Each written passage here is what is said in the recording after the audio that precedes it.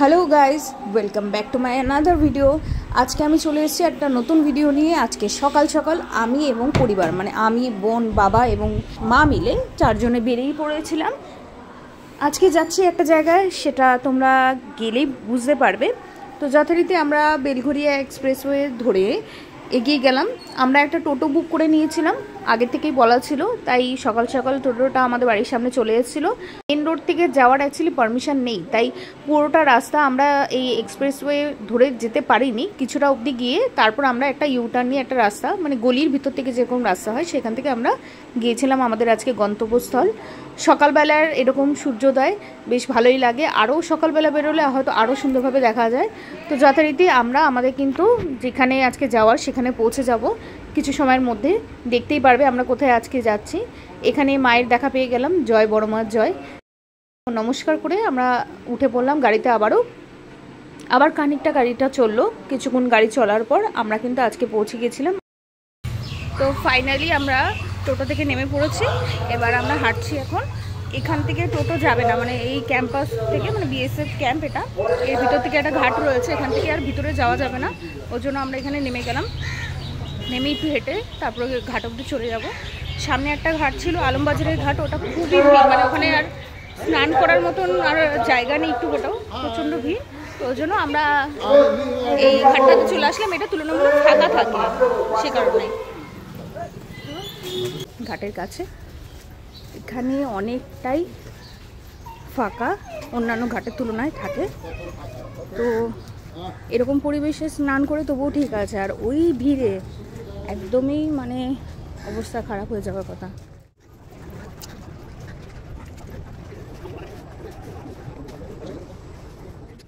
আমি এরপর ঘাটের দিকে একটু নেমে যাচ্ছিলাম, কারণটা হচ্ছে বাবা গঙ্গার জল নেওয়ার জন্য বোতল নিয়ে এসেছিলো, সেগুলো ভরে দিয়েছে। তো আমি যথারীতি সেগুলো নিয়ে উপরে আবার চলে আসবো। মা রয়েছে উপরে ব্যাগ নিয়ে, তো মাকে এসে দিয়ে দেবো। এরপর আমার স্নানের পালা। ওরা সবাই মোটামুটি স্নান করে নিয়েছে, এবার আমি শেষে ছিলাম।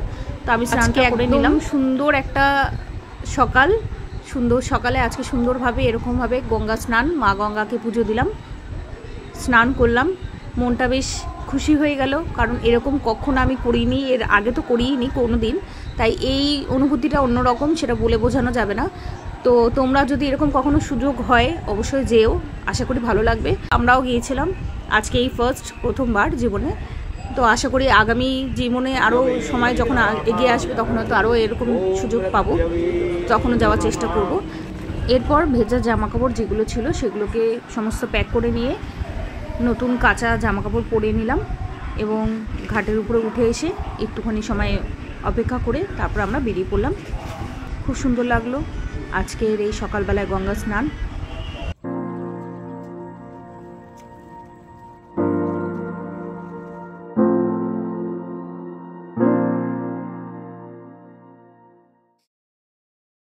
আমাদের কমপ্লিট গঙ্গা স্নান।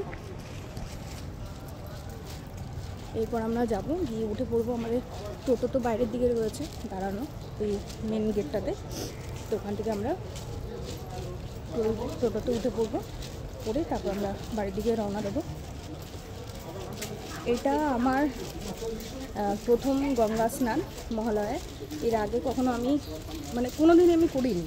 এবার একটা হঠাৎ করেই প্ল্যান হয়েছে, আমার সবাই মিলে বললো ঠিক আছে চল বছর যাই। তো সেই জন্য প্ল্যানটা হলো, বেশ ভালো লাগলো। হয়তো আগামী দিনেও আবারও চেষ্টা করবো আসার।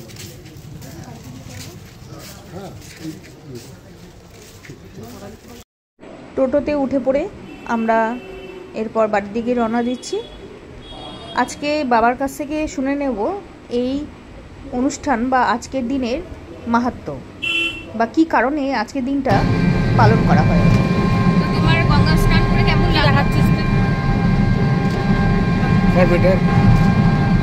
মহালয়ার পুণ্যতিথিতে পুণ্য লগ্ন, যদিও এটা মহালয়ার পুণ্যতিথি নয়, এটা পিতৃপক্ষ।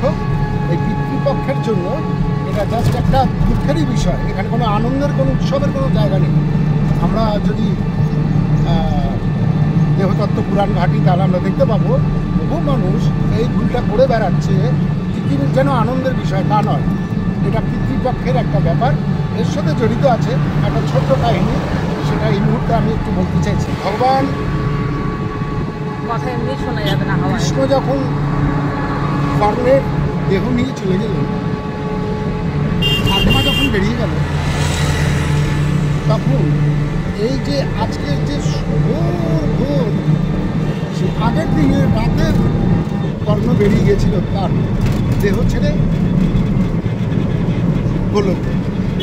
যাওয়ার পথে তাকে আদর করা হলো, সমস্ত দেবতারা আসলো, এসে উলুধ্বনি শঙ্করধ্বনি নিয়ে ভগবান দাতা কর্ণকে নিয়ে প্রবেশদ্বারের কাছে নিয়ে গেল।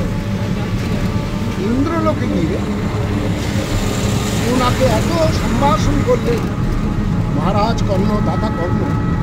এবার দাতা কর্ণকে কেউ খেতে দিচ্ছে, সোনা দিচ্ছে, গহনা দিচ্ছে, হীরা মাণিক্য সব দিচ্ছে, কিন্তু কর্ণকে কেউ খেতে দিচ্ছে না।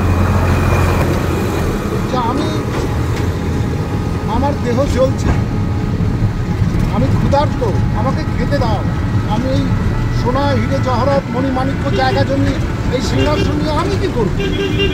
আমার খিদে পেয়েছে, তাকে আর খেতে দিচ্ছে না। এই খেতে না দেওয়ার ফলে উনি ক্ষুধার্ত অবস্থায় কৃষ্ণ তখন বললেন যে আপনি এই মুহূর্তে কাল বিলম্ব না করে সোজা মধ্যধামে যান। বলি কেন আমি যাবো? আমাকে খেতে দিন, আমি তো আসলাম মধ্য থেকে। না, আপনি ইহলোকে দাতা কর্ণ ছিলেন। হ্যাঁ ছিলাম, তাহলে তো আমাকে এই আসন দেওয়া হলে খেতে দেওয়া হবে না? একদমই না। আপনি দান করেছেন সোনা দানা, হিরে জহরাত, মুটি, নানা নানা জমি জায়গা সব, কিন্তু আপনি কাউকে খেতে দেননি। খাবার দান করেছেন? আগে বলুন, আপনি কি খাবার দান করেছেন? তখন বলছে আমার তো তা মনে পড়ছে না। বলছে আমি মনে করার শক্তি দিচ্ছি।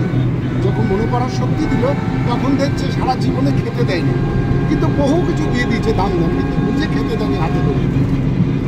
তখন এই যে বাবা মাকে আপনি খেতে দিলেন না, আপনি আগে সেই দোষ কাটিয়ে আসুন। তখন কর্ণ কাঁদতে কাঁদতে তখন বললো তাহলে এখন উপায়? বলছে ভোরের আলো ফোটার আগে পিতৃপক্ষ, ভোরের আলো ফোটার আগে আপনি মধ্যকে চলে যান, গঙ্গায় তর্পণ করে ফিরে আসুন ওই আলোতে। তারপরে আপনি আপনার পিতৃদোষ থেকে মুক্তি পাবেন। তখন কর্ণ কাঁদতে কাঁদতে স্বর্গলোক থেকে তখনই মর্তলোকে ধাবিত হলো। এসে ভোরের আলো ফোটার আগে উনি এই গঙ্গায় তর্পণ করে বাবা মাকে খাদ্য খাবার ভাণ্ডার যা ছিল ওনার সব দিয়ে ক্ষমা চেয়ে কাঁদতে কাঁদতে আবার উপরে চলে আসেন। তারপরে ওনাকে দেবতারা সকল গণ মিলে নানা রাজ্যের খাবারে তাকে ভূষিত করে, নানা উপাদেয় খাবারে তাকে ভূষিত করে, তাকে একটা সুন্দর জীবন জগতের মধ্যে দিয়ে স্বর্গে তার প্রবেশ ঘটল। সো আমি এটা বলতে চাই, মানুষ আমরা কিছুই বুঝি না, আমরা শুধু বুঝি আনন্দের বিষয়। এটা আনন্দ নয়, পিতৃদোষ কাটানোর এক দুঃখের কাহিনী এখানে ছোট্ট করে বলা হলো। আমি আর কোনো বিস্তারিত কথা যাব না, আরও অনেক কথা রয়েছে। মানুষ কিছু বুঝতে চায় না, কেউ বুঝতে পারে না। কিন্তু এটা, এই যে ঘটনাটি আমি আজ উল্লেখ করলাম, এটা সত্য এবং এটাই যে কোনো আপনি ধর্মটি খুঁজবেন দেখবেন পেয়ে যাবেন, পাবেন। নমস্কার, ভালো থাকুন, সবাই সুস্থ থাকুন। তো ফাইনালি আমরা চলে এসেছি যেখান থেকে জার্নি শুরু করেছিলাম, ওখানেই আবার চলে আসলাম। তো আজকে আমাদের দিনটা বেশ ভালোই কাটলো, মানে সকালটা বেশ শুরু হলো খুব সুন্দর। এখন সারাদিনটা আশা করি খুব ভালো কাটবে। সবাইকে শুভ মহালয়ার শুভেচ্ছা।